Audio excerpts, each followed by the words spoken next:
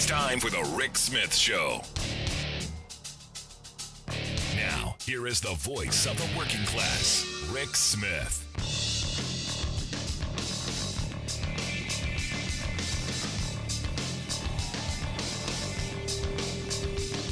And welcome, brothers, sisters, working class heroes. This is the Rick Smith Show. Thanks so much for being here today on the big program. Lots to get to, lots to talk about. What fun today in the Senate Judiciary Committee. Oh, the 11, the 10 white guys and the one crazy white woman. Oh, those wacky white people. Oh my, how emotional they are. How unhinged. I don't think you're allowed to let old white people out in the daytime. I really don't. I don't think you should allow old white people to talk to a black woman in public. I think we should make a law against that. I don't think they should be allowed to ask questions. I don't think they're capable of it. I don't think they're mature enough. I don't think they're. I think there's a problem here. Houston, we have a problem. The problem is old white people don't know how to behave in public. You just can't take them out. Can't let them out of the house. They just end up embarrassing the country. And the display today, disgraceful, but expected. And the thing is, I'm not going to spend a lot of time on the nonsense because it's exactly what we talked about right at the beginning. It's what we were going to expect. I said from the start, if this were a black person, they could do it. They could hold it together. They could. If it were a woman, they could do it. They could hold it together. But the fact that it was a black woman, look, it's too much for them. It's too much to ask for old white people today to deal with this. It's so much change, so difficult. You know, a lot of history here, a lot to deal with. It's a struggle. And there's so many things, so many grievances that they hold so dear, like the 20th century, people being happy, being married, whether they're the same sex or a different color, they're struggling with that, struggling with, couples having privacy rights. They're struggling with it. I know this is decided law for decades and decades, but they're still having a hard time getting over it. And it came out, and there's a moment where we go, we have to maybe have a group session, a little bit of help for them, maybe some mental health treatments. Maybe it starts with an election and we throw them out and get some new crazy people in. Don't know. Lindsey Graham did not do the nation proud today, asking the judge what I almost can't get it out, to be honest. What faith are you, by the way? I mean, how does that come up in a Supreme Court nomination hearing? How does that? Could you fairly judge a Catholic? Oh my gosh!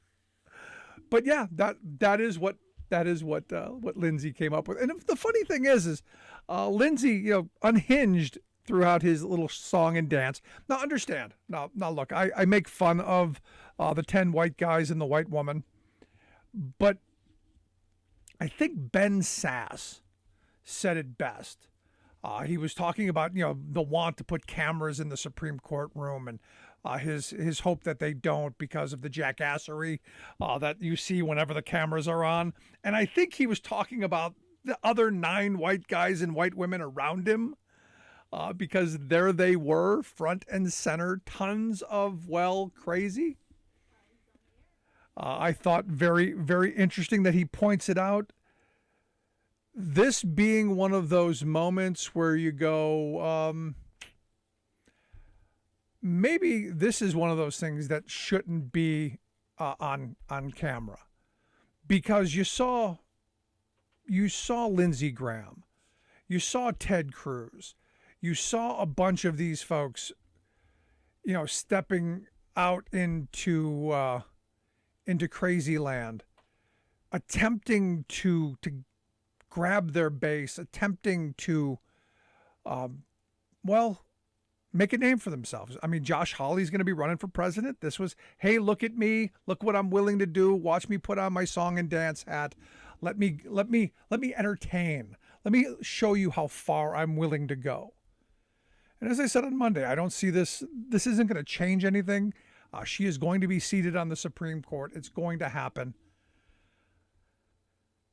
And I think we have to, she's qualified. I think she's going to be a good Supreme Court justice. I think that's the way to go. Let's get Jeff's thoughts. Jeff from Atlanta. Jeff, what's on your mind? Holy crap. Thanks, Jeff. Appreciate the time, man. That was a great call. That lasted all of a second. He couldn't hold his water. Look at that. Right from the beginning, we're going to start off with something that we can't go to. So, you got something better than that? Communicating over the interweb and stuff, This is live terrestrial radio, but go. I mean, the Lindsey Graham crap. He doesn't know which end to kiss. So I think he does I have actually. to be politically correct because I'm on your TV radio show, so you don't get the FCC cancellation. I appreciate that, Jeff. But and so, did you get to watch much of the kangaroo court today? No, I didn't. Because why? Because I'm working. Yeah. And you know that I'm working out of my area because I sent you that message, and I'm an hour and a half away out of home. But the reason why I'm doing that is because there's no work in my area, and because I'm a journeyman iron worker, I can travel. So yeah, you got to go where the work is, Jeff. We have these rights within the union. Yeah, good for you. Yeah. I mean, look, it's a good job, and that's part of the ugly of that industry. Well, it's the ugly, but the uglier is the sitting on your butt at home collecting unenjoyment. Watching your place implode. So,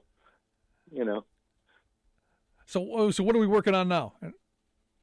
Right now, I'm working on a hydroelectric plant up in the Tennessee Valley Authority. Outstanding. We need more energy. We need better energy sources. We need renewable stuff. We need to be doing that in and this is renewable. It's called a river. Yeah.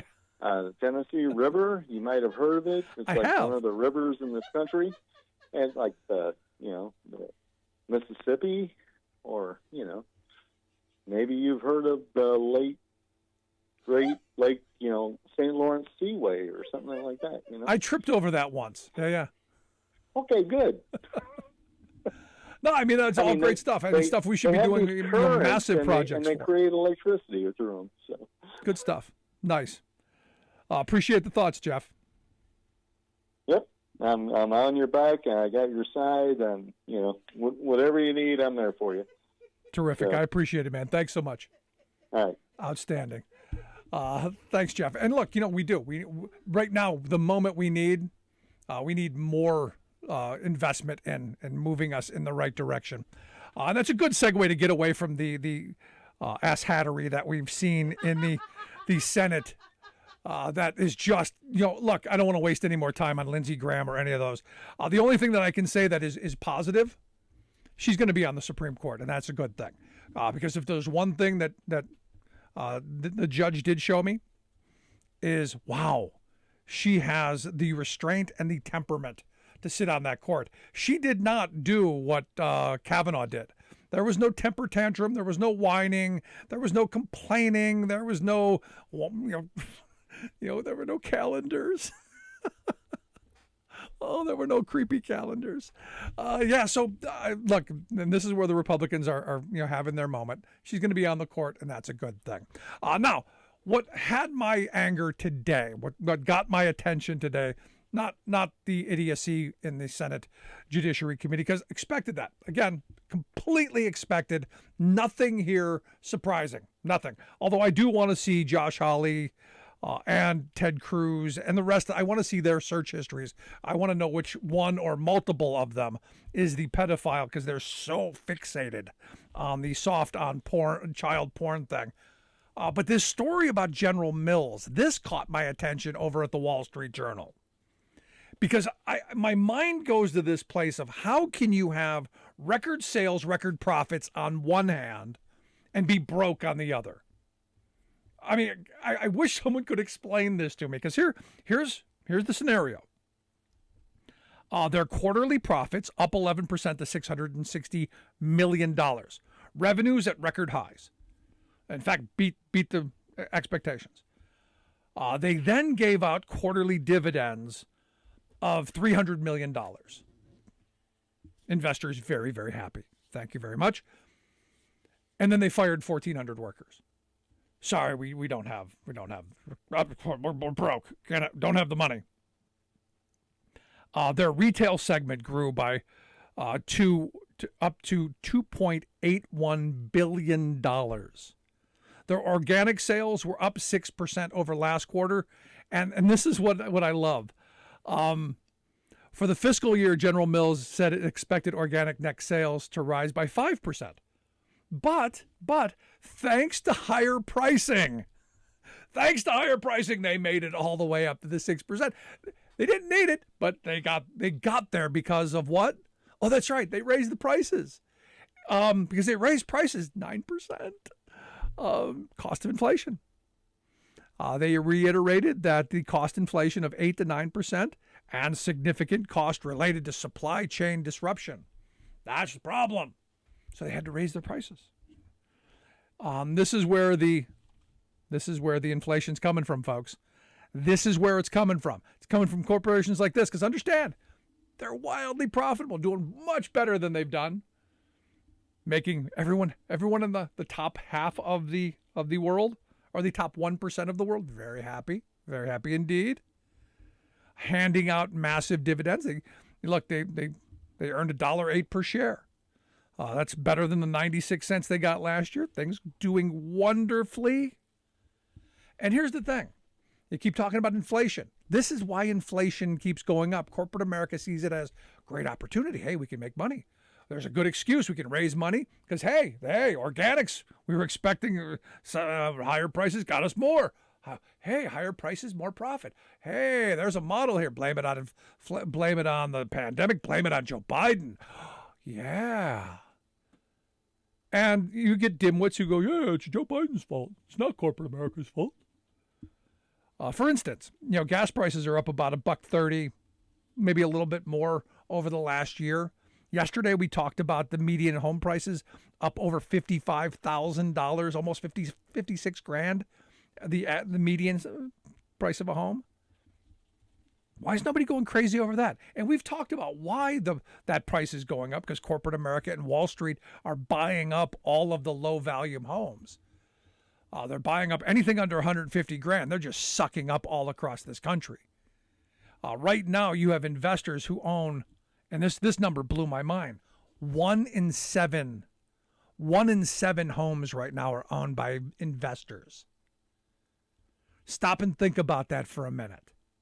Think about the enormous amount of inventory owned by corporate America. And, we're not going, well, gee, why is that going up? Why can't our kids buy a house? Why is everything going up? Why is it so expensive? Well, because the wealthy are robbing us. We're being ripped off every day. And the wealthy just keep getting wealthier. And, well, the working class keep falling behind. Because guess what? We still have not raised the minimum wage. If we had what I've talked about for years, an automatic adjuster for inflation at the beginning of every year for minimum wage, it would keep going up to match what inflation is. So it wouldn't be eroded by inflation. So if inflation went up, your wages went up. And you would be able to meet it. The number one tool to fight inflation for working people is having a union contract and then having laws that are going to adjust to that so that your wages don't get eroded by it. But we don't have either. And that's just how corporate America and the wealthy want it. Because that means more for them. Less for you, clearly, more for them. And I point to this Bloomberg article as it's one of those more for them moments. Evidently last year was great for Wall Street. industry bonus pool, $45 billion last year. And you go, well, what's that? Well, that's the bonus money that they divvy out to all of the Wall Street traders and all of the analysts and all the people who speculate and rig the game. So that's like their yay Christmas bonus stuff. Up 21% from the year before. Did anyone else get a 21% raise? Now inflation was 7.5%. Wow. How do we get on that bonus thing? Now understand, these bonuses, this $45 billion in bonus money, this is on top of their salaries. This is on top of their stock options. This is on top of their other deferred compensation. This is on top of everything. This is just sweetener. This is just, hey, thanks for being here. Thanks for coming to Wall Street. Or staying home and working from home on Wall Street. How do everybody else get this kind of a gig? Now, what's that work out to per person? About $257,500, according to the New York State Comptroller Thomas DiNapoli. Now, DiNapoli, he's thrilled. He says, no, this is great. It's great.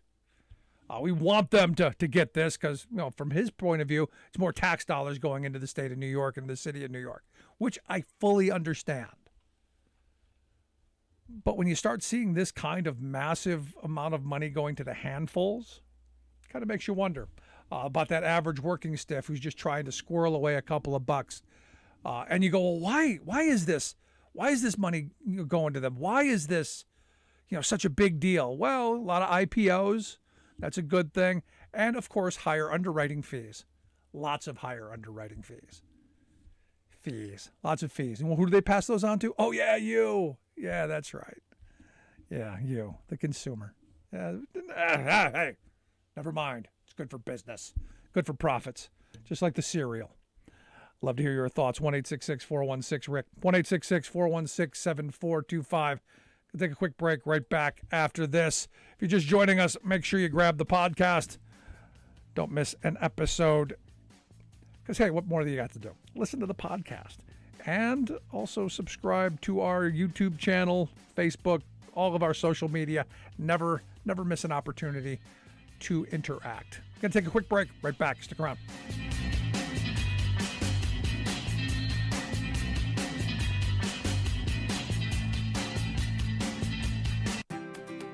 It takes a lot to raise a family. A good job, a good salary, and some patience. A lot of people my age are drowning in college debt.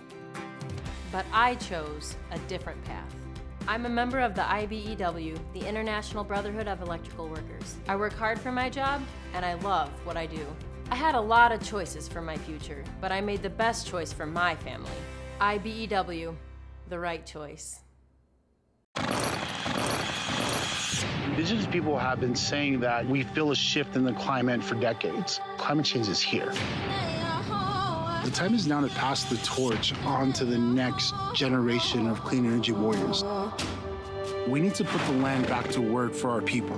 That means creating jobs for them to live and thrive in our communities. The time is now. Congress must invest in clean energy. It doesn't happen like we think it does. No one rolls the tanks. No armies meet in pitched battle. It happens quietly, little by little. And because so many think it can't happen, it does happen. Little by little, the rules change. It doesn't seem shocking or sudden. And that's the point. Fewer places to vote, longer lines. Don't worry, they say. We're just improving the system. They hope we won't notice the rules are changing because they lost the last election. They hope we just won't care enough to stop them. They believe they can take America away from us, and we won't even notice. We know who they are. We know what they want. The question is, who are we? Do we let them get away with it, or do we fight? Democracy is on the ballot. Vote while your vote still counts. The Lincoln Project is responsible for the content of this advertising.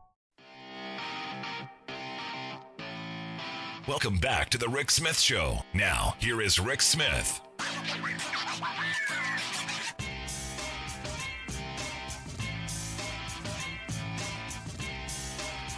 All 1-866-416-RICK, 1-866-416-7425. You got a thought, question, comment, something on your mind. Let's jump right in. Let's grab Alice on line one. Alice, how we doing today? I'm doing good. How about you? Oh, can't complain. What's on your mind? Well, what I wanted to say was, with Clarence Thomas there in the hospital, and he's got an infection or what have you, who knows? Maybe Biden will get a chance to put another justice on court.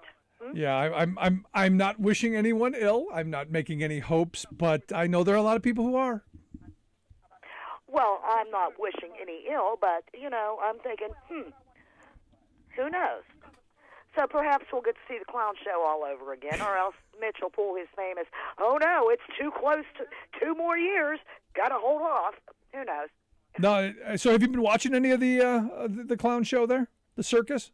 Oh, yeah, I've been watching it, shaking my head, and my husband and I are just, going, are you kidding me?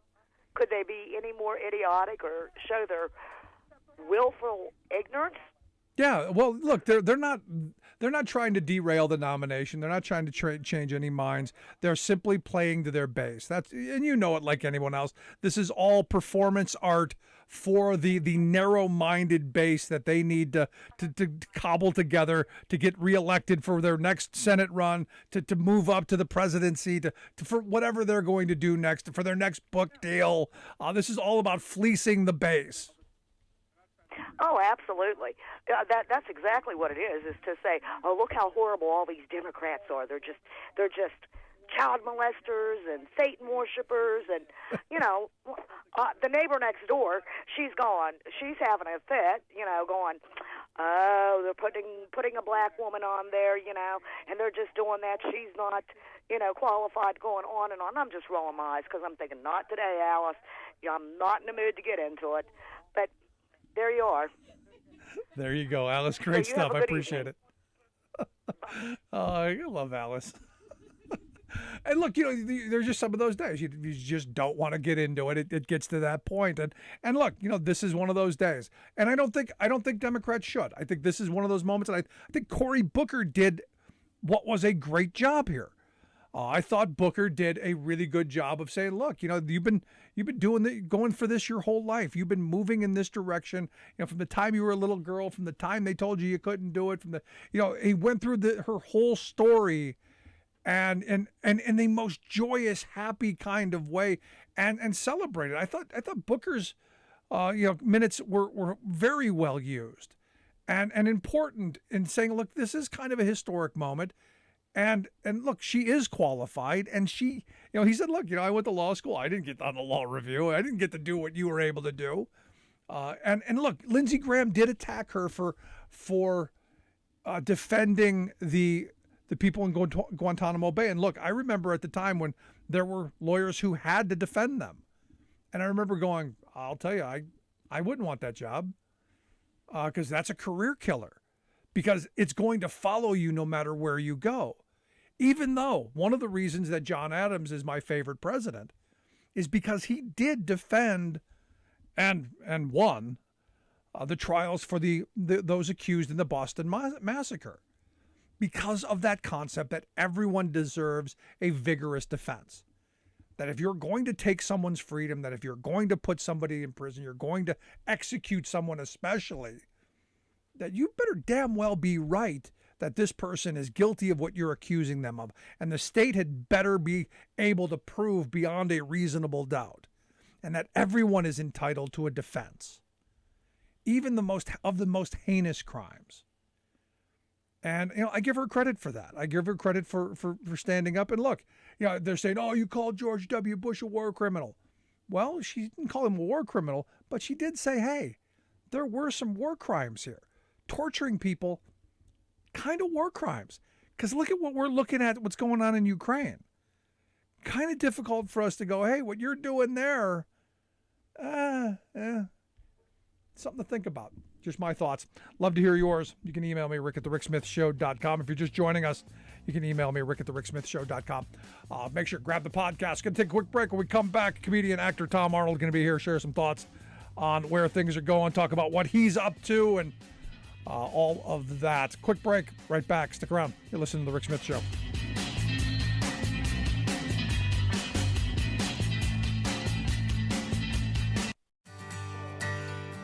From the steel mills of Pennsylvania, to the auto factories of Michigan, to the modern makers movement, manufacturing makes our nation great.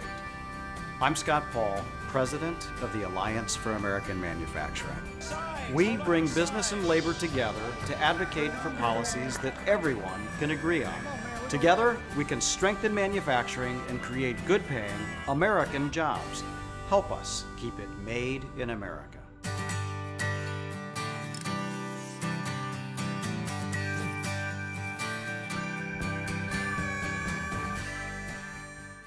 America, let's do what we do best, build.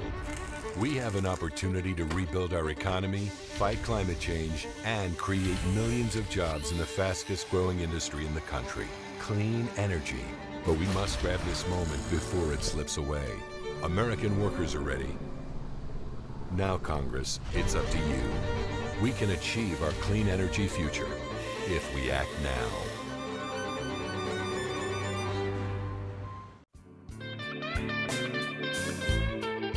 Welcome back to the Rick Smith Show. Now, here is Rick Smith.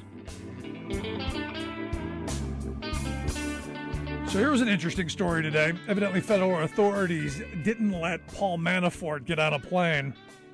Evidently, he was heading to Dubai, flying out of Miami on Emirates Airlines. And it's one of those things where, my mind first went to this spot where, I know he was convicted of crimes. I know that, Trump pardoned him, so, he shouldn't be held over. And I was like, why did they, why is his passport no good? I guess it's invalid. I guess it just ran out. I'm assuming, but they're saying it's an invalid passport, so they wouldn't let him go to Dubai. And I'm going, well, why is he going to Dubai? Oh, yeah, that's right. They're puddle jumpers that'll get you into Russia. That's right. That makes perfect sense. Now I know where he was probably going. It is what it is. Anyway, here to share some thoughts on what's going on around the world and maybe what's going to happen in the next election cycle. And maybe a little bit about this. Maybe my next guest has got an idea where Paul Manafort was heading. That's why I've asked Joe Trippi to come talk with us. Joe is the founder of Lever Communications, also a senior advisor at the Lincoln Project. Also launching this week the brand new program, Join the Union. Their website, jointheunion.us, had a great town hall this week. Joe, thanks for taking time for us. Oh, no, Rick, great to be with you. So let me ask you, the Manafort thing, is this a big deal? Does it matter? Yeah, I think it is.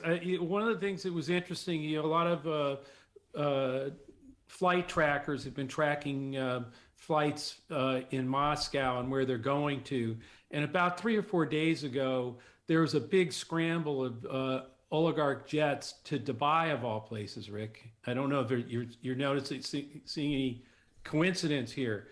And then suddenly today, Manafort is on his trying to get to Dubai.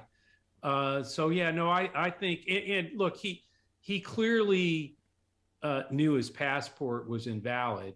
And so, he tried to slip through, but it didn't happen. The question is why? I mean, was he going there to meet, meet these oligarchs, or is something else about to drop and he wanted to get out of the country? I don't know the answer to any of that, but it sure is pretty suspicious given other flight movements by Russian oligarchs and where they've been traveling to. Yeah, and for me, given his past, all of his connections in Ukraine and abroad there, lot of hairy, lot of unanswered questions. And if he's fleeing, I gotta wonder what shady is abound.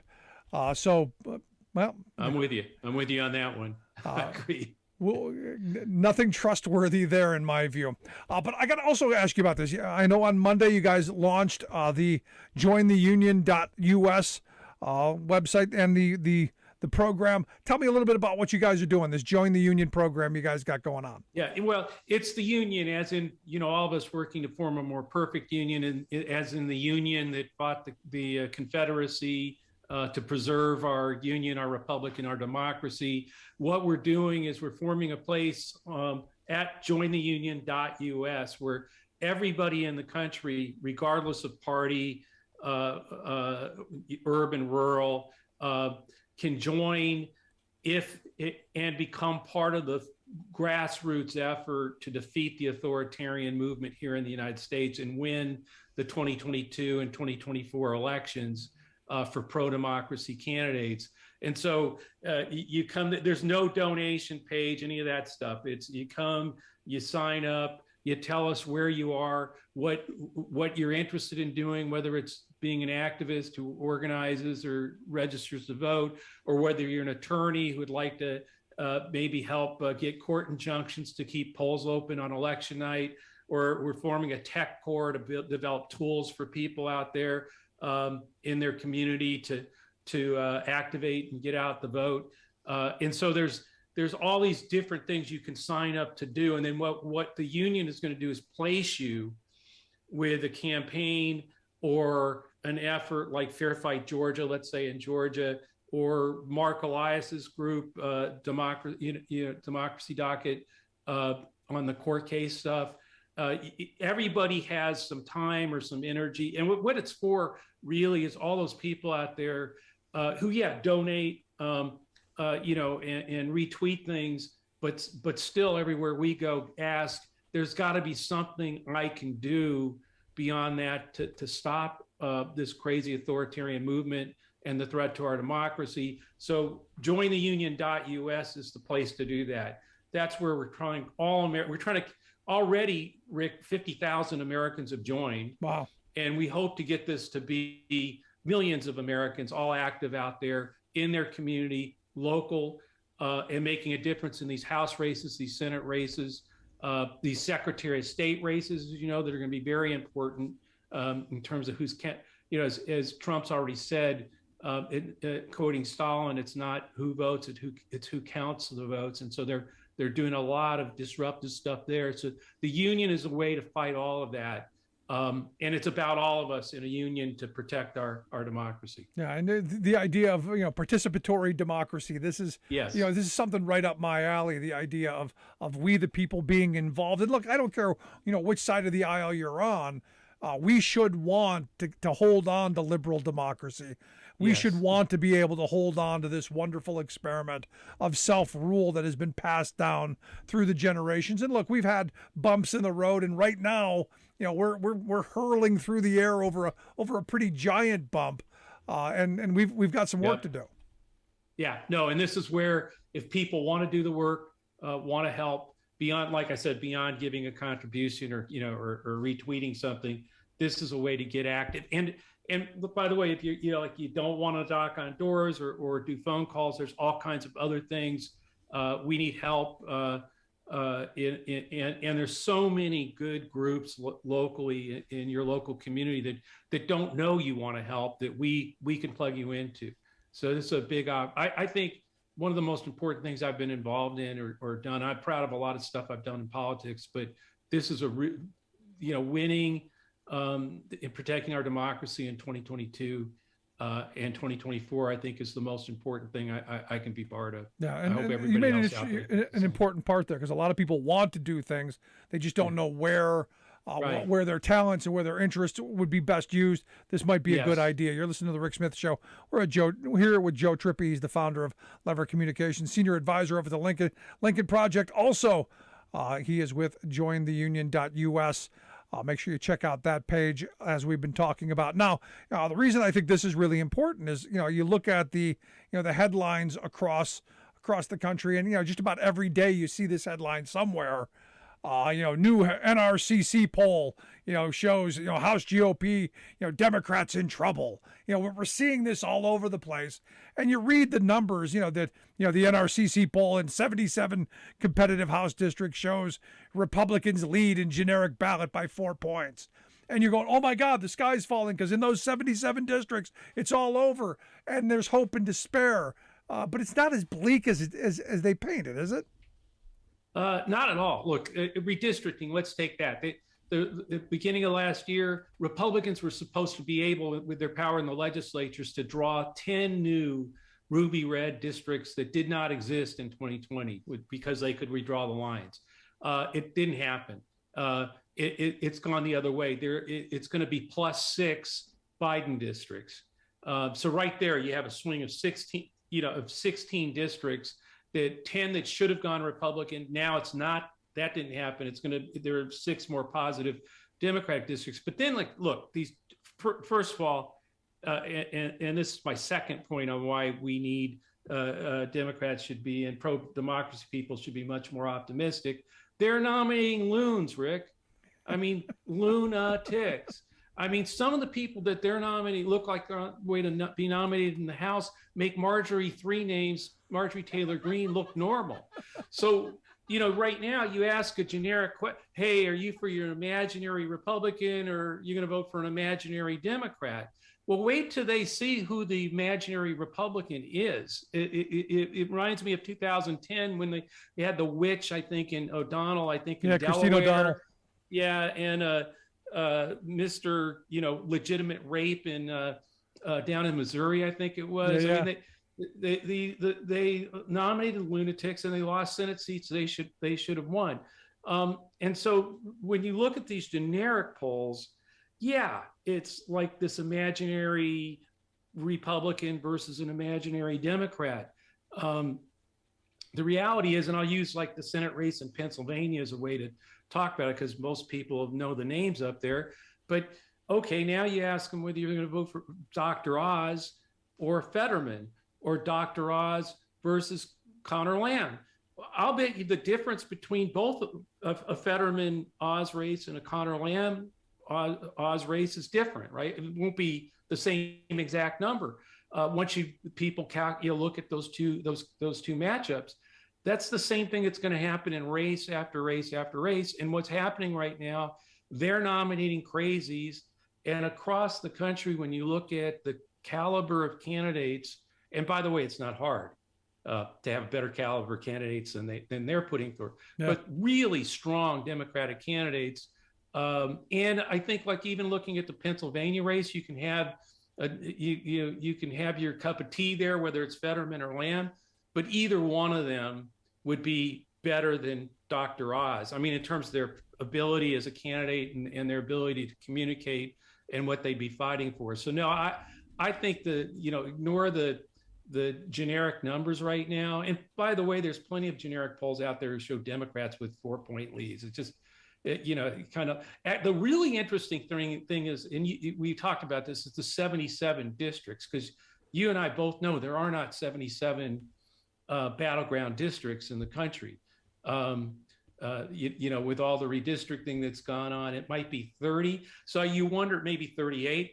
I'm wondering, did they expand out to 77 with districts that were more Republican so that they could show that +4 number? In other words, did they only done that poll in the 30 or so truly up in the air districts, would they have gotten that kind of number? See, makes me wonder, because 77 there are not. Yeah, because that was the first thing I brought up, and I think you heard me say that. I'm going, there aren't 77 competitive districts in the country, because we have, exactly. Sadly, and this is where where I am not opposed to gerrymandering.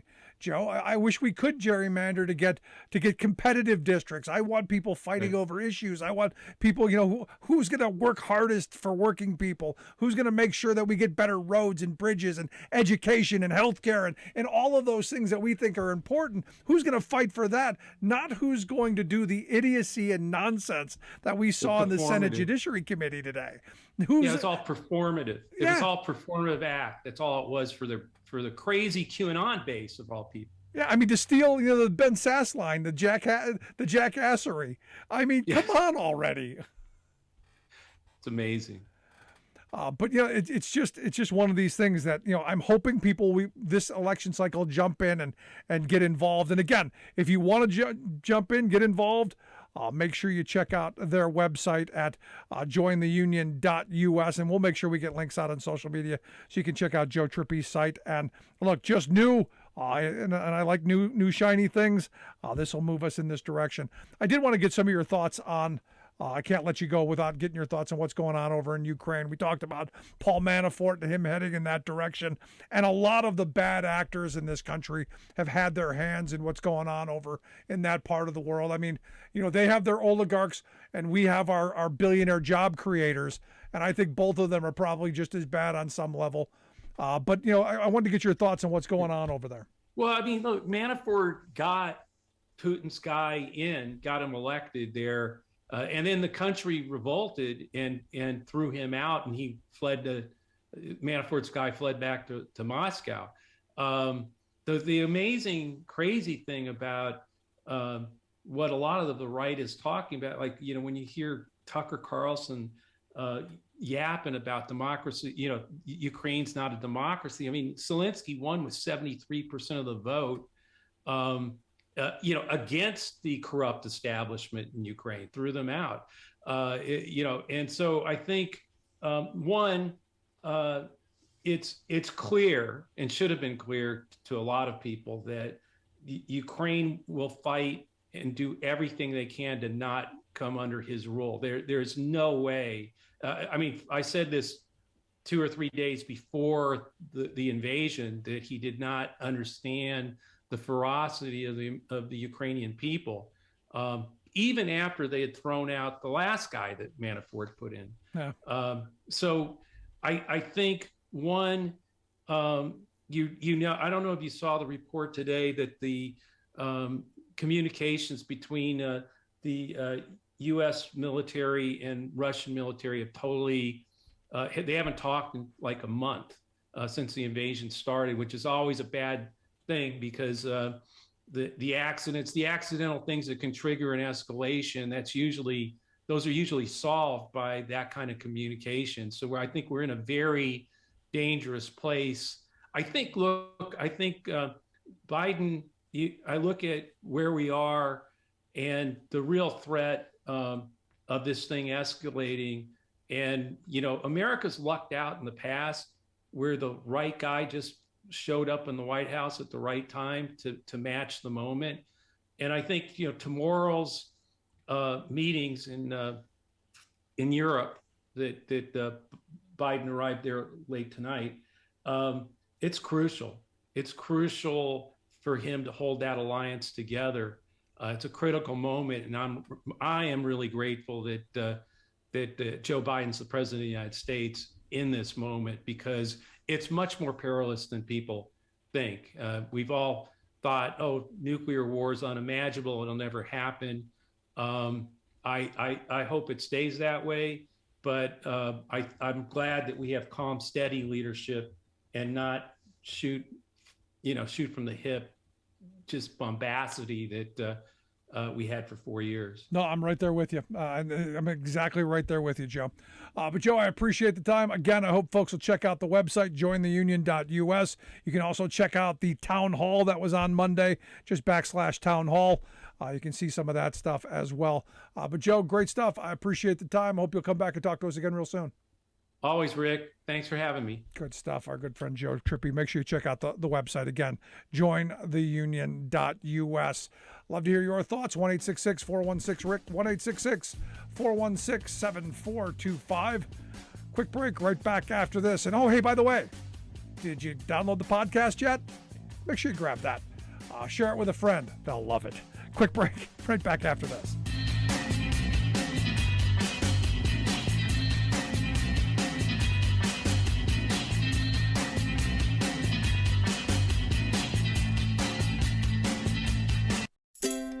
Over 70 years of experience in heart and aviation, the members of the Association of Flight Attendants know the realities of the aircraft cabin better than anyone.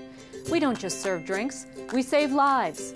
We don't just negotiate contracts, we move major policy issues like the smoking ban, no knives on planes, clean water, and safe food on board. The air we breathe matters, and we stop the spraying of poisonous pesticides. Training, rest, and no calls on planes matter as we fight fires, de-escalate conflict, revive, and breathe life. We safely usher passengers to the big business deal, the family vacation, the times of celebration, times of grief, and times of battle. We are aviation's first responders, and we are the last line of defense in aviation security.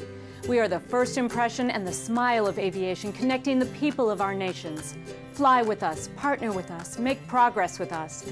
The Association of Flight Attendants. Stronger together, better together.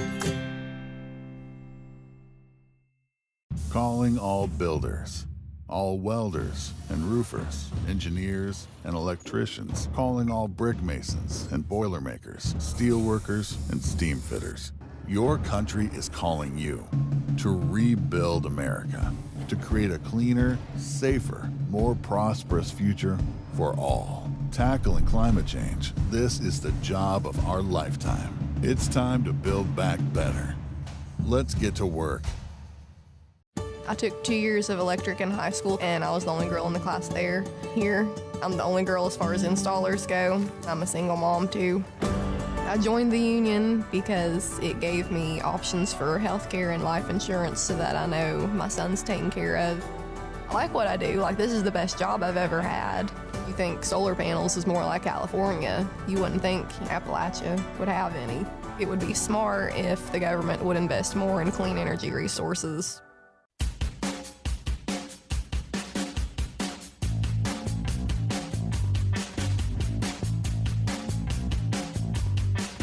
Welcome back to The Rick Smith Show. Check out our website, thericksmithshow.com. Question. It's one of these things that, I often wonder about. How is it, and I've seen these happiness polls before. In fact, the latest World Happiness Report, which we talked about, I think, last week a little bit. But it came across my timeline again that, made me go, gee, and I spent a little time looking at it. It's the Happiness, Benevolence, and Trust during COVID-19 and Beyond study.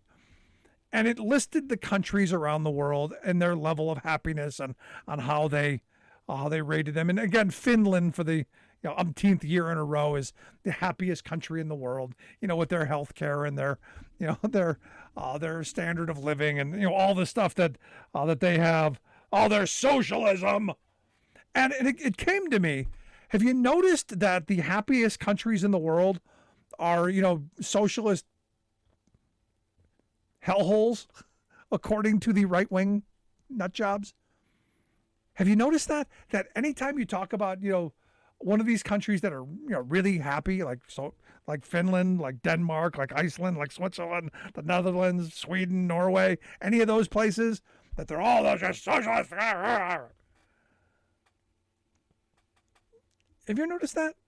With their health care and their safety, their social safety net, and the fact that their families don't struggle as much, that their education system isn't as attacked as ours. And the reason I bring this up is I look at this study that just came out. In fact, it was what I was hit with first thing this morning from the Hill. Evidently, this report by the Selzer and Company polling group at Grinnell College, they say just 24% of Americans are happy with what their children are learning in public schools. Now, this is a hit job on public school, and understand that. They say that nearly 2/3 of voters across all lines, education, race, economics, no matter what it is, 2/3 say that public schools are off the track, off the rails, bad. And, a knee-jerk reaction is to go, well, I think you're being a little crazy. Because, right now, the hyperbolic mentality of it's all about that theory of race that's critical. So, immediately, because this is where the Republican mind is, it's all about that race theory thing. And Republicans in this poll, to be quite fair, were overwhelmingly off the rails. The largest gap, 83% of Republicans polled, and, said schools were going in the wrong direction. 87% of people who voted for Trump said schools are in the wrong direction. So overwhelmingly, Republicans see public school is just horrible because they've been, for decades, have been told public school is horrible. It's those liberal teachers, filling those kids' heads with liberal democracy and being nice to each other. And now they're being told they're making children feel bad for racism, which is nonsense. But I sat and I thought about it. And I have been a critic of public schools for a while as well. And not my public school teacher. And this is where the difference between the loony, crazy, radical right folks are, and that it's these radical, these lefty, loony teachers who are filling our children's minds with all this hippie liberal stuff. And where I'm at is, you go back to the Bush's No Child's Dime Left Behind. Or, I'm sorry, No Child's Behind Left, no, No Child Left Behind, which left all the children behind. Which, brought in this regime of high stakes testing, this entire teaching to the test mentality. I've been against that from the very beginning. In fact, none of our kids took any of the high stakes testing. And if you remember at the beginning, what they were doing is they were saying, well, if your school fails the tests, we're going to take money away. So if you're in the bottom 5% of schools, we're taking money away. And then eventually we're going to take all your money away and you're going to close.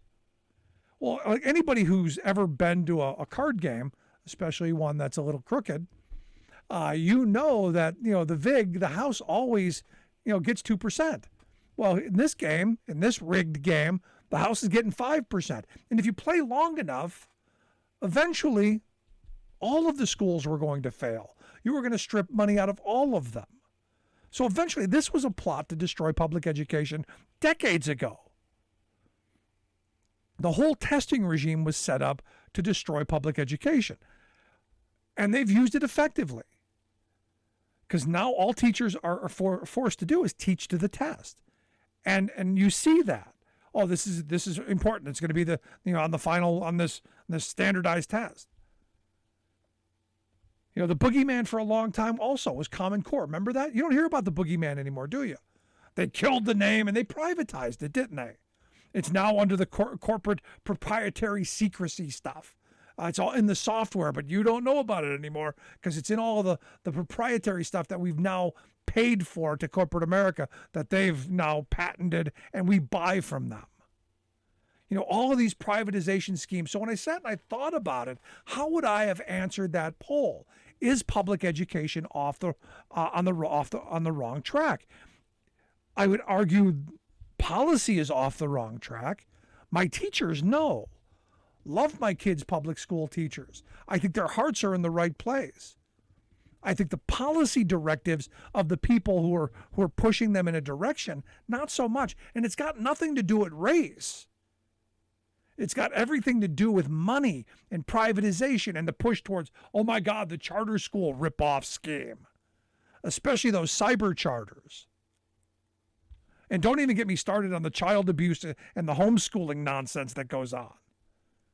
And all of the people because understand at the end of the game, where they want this to go.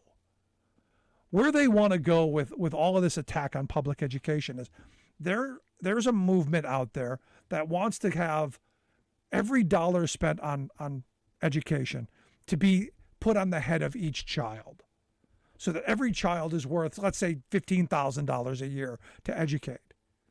This is where the homeschool folks are looking to cash in, especially the quiverful folks, the 19 and counting or the 20 and counting, those folks. You got 10 kids, $15,000 a kid, that's $150,000 a year to homeschool the kids into your narrow-minded insanity. That's the fantasy. That's the dream. That's their goal. And it's what these organizations have been pushing for.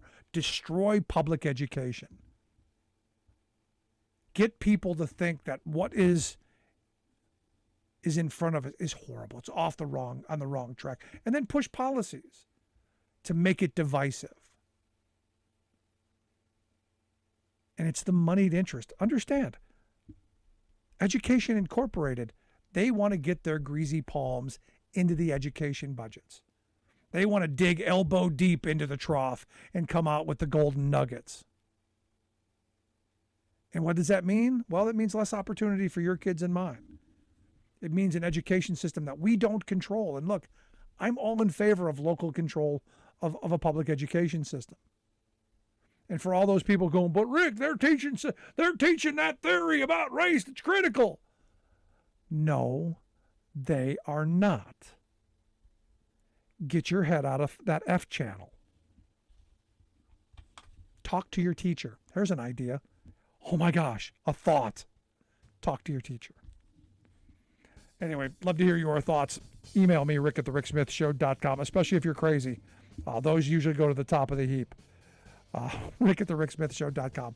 Also, make sure you check out the website, thericksmithshow.com. And if you missed any of today's program, the podcast is there, or wherever you get your podcasts, from iTunes to iHeart, Podbean to Stitcher, everywhere in between. Wherever you get it, we are there. Subscribe, share, like, comment, all of that. Thanks for being here.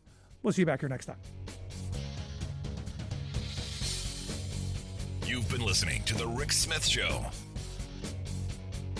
Email Rick at rick@thericksmithshow.com. Until next time, this has been The Rick Smith Show, where working people come to